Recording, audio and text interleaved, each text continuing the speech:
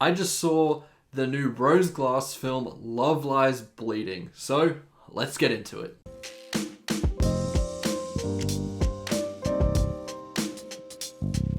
Love Lies Bleeding is kind of an art house crime film starring Kristen Stewart and Katie O'Brien, and it is the follow-up to Saint Maud from director Rose Glass. To me, that film was an impressive directorial debut and was a film that instantly drew my attention to Rose Glass, and I was excited to see what she does next, which became Love Lies Bleeding. And I think a lot of the things that she really knows how to do and illustrated in Saint Maud, she kind of pushes it further here, and I was really excited to see that. This is less of a horror movie than Saint Maud, but it does push forward some very psychedelic-esque scenes and puts you into the mindset of the characters using very interesting imagery and distorting parts of the human body that can sometimes be disturbing and very fascinating. She played with that a little bit in Saint Maud with extending the face and doing these things that really made you feel very unsettled. And in Love Lies Bleeding, she does something very similar with the growth of the human body through working out. Very, very fascinating, and it was very effective when utilized. Our two leads, Kristen Stewart and Katie O'Brien, are very fascinating characters.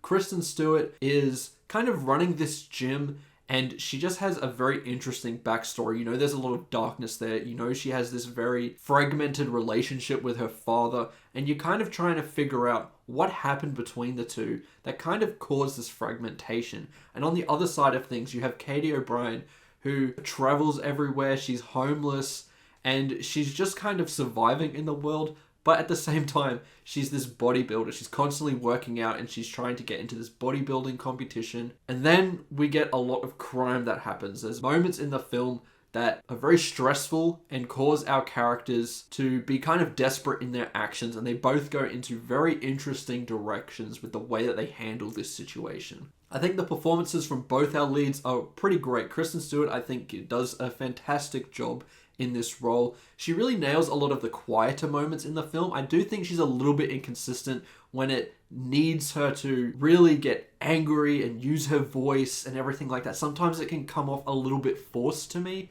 and not quite hit where it needs to. However, in the more quieter moments, and she does have quite a few of those, she just nails it. She's really, really great in this role, and I think that it's awesome seeing her do stuff like this. And I would love to see her continue to do roles in this essence because the character is fascinating and Kristen Stewart really knows how to play it. She's really committed in this role. And I really, really like seeing her on screen. She had a great screen presence. Katie O'Brien, on the other hand, had a very interesting physicality in this role. She really utilizes that to her advantage.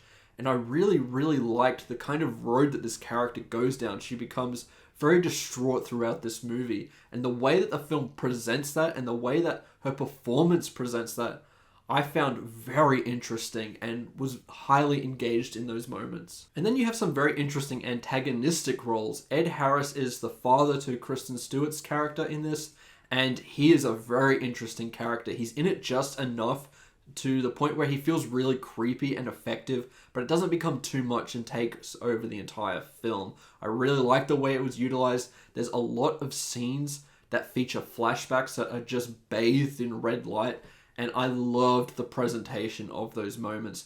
There's a moment where a gun fires and it snaps to him firing a gun with that red light bathed, and I just was amazed at that shot. I was like, this is cinema right here. I absolutely loved that. Dave Franco is playing a very vile character, and I felt like it was quite nice to see him in a movie again. I felt like he's had to lay low a little bit because of what his brother has done. That's not necessarily his fault. Getting away from that though, I think he was a very great screen presence in this, and he just was so good at playing this very despicable character that you love to hate and you want to see justice be enacted on him. The film's really, really good at giving you little tidbits of information, so you're just constantly just chasing after it, trying to figure out what is fully going on here.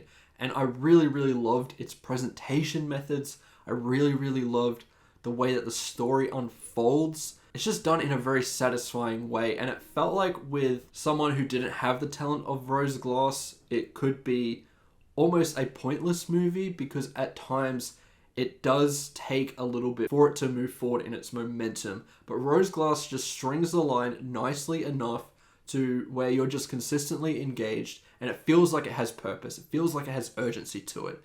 And you're never really bored when watching this. In terms of just some flaws with the film, I did find that there are some decisions made in the third act where it just really embraces the whole art house thing and goes for this really insane moment. And while I understood exactly what it was trying to do, I didn't think it justified its decision. It just didn't say enough to me to warrant such a swing for the fences art house moment.